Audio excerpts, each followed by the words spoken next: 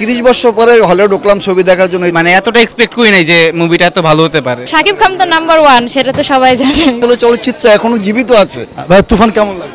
ভালো লাগলো। 30 বছর পরে হলে ঢুকলাম ছবি দেখার জন্য, এই তুফান ছবি দেখার জন্য। মানে 30 বছর আগে হলে ছবি দেখেছিলাম, তো জানতে পারলাম যে তুফান ছবিটা খুব ভালো। তার মধ্যে 30 বছরের মধ্যে কোনোদিন হলে ছবি দেখি নাই। যখন শুনলাম যে তুফান ছবিটা অনেক ভালো হিট করছে, সেই জন্য আজকে সপরিবারে আসলাম তুফান ছবি দেখার জন্য। কতজন আসছেন পরিবার? আমরা 4 জন ফ্যামিলির। ফ্যামিলি দর্শক একেবারে হারিয়ে গেছে আমাদের হল থেকে। এই যে বাংলা সিনেমা ফ্যামিলি দর্শক টানছে, এটা কেমন লাগছে? এখন খুব ভালো লাগছে।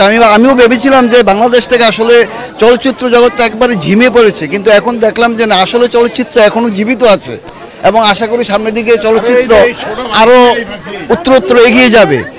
আমরা যে 30 বছর 40 বছর আগে যে চলচ্চিত্রগুলি মানে দেখতাম, সেগুলি আবার ফিরে আসছে। মাঝখানে ভাবছিলাম যে এগুলি বিলীন হয়ে গেছে, কিন্তু আসলে তা বিলীন হয়নি। আবার সেই পুরনো দিনের স্মৃতিগুলি আবার সেভাবে তারা করে নতুন করে আবার ছবির অ্যাকশন করছে। কেমন লাগলো? এই তো খুব ভালো লাগলো। মানে আসলে শাকিব খানের এবার খুব ভালো ইউজ করলো রায়হান রাফি, আমাদের ডিরেক্টর ভাই। তো ওনাকে একটা স্পেশাল থ্যাঙ্কস জানাতেই হয় আসলে। তো মানে এটা জাস্ট আনবিলিভেবল। মানে এতটা এক্সপেক্ট করি নাই যে মুভিটা এত ভালো হতে পারে। তো মুভিটা দেখার পর ভালো লাগলো। তো আর লাগে উড়াধুরা গানটার পর ভেবেছিলাম যে চলে আসবো, তারপর ভাবতেই পারিনি যে এটার সেকেন্ড পার্ট আসতে পারে এবং নতুন একটা চমক লাগালো এবং হয়তো আবার আসতে হবে তুফান 2 দেখতে। তুফান কেমন লাগলো? ভালো ভালো। শাকিব খানের অভিনয় ভালো ছিল, সবার অভিনয় ভালোই ছিল। তুফান কি তুফান ধরে আসছে? হ্যাঁ, লাস্টে যে হবে এটা কোনো সময় এক্সপেক্টেড ছিল না। হ্যাঁ 2 দেখবা? হ্যাঁ 2 দেখব।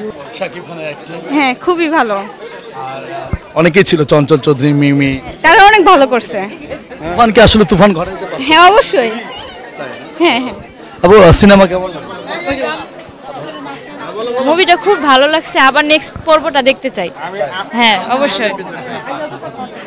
শাকিব খান তো নাম্বার 1, সেটা তো সবাই জানে।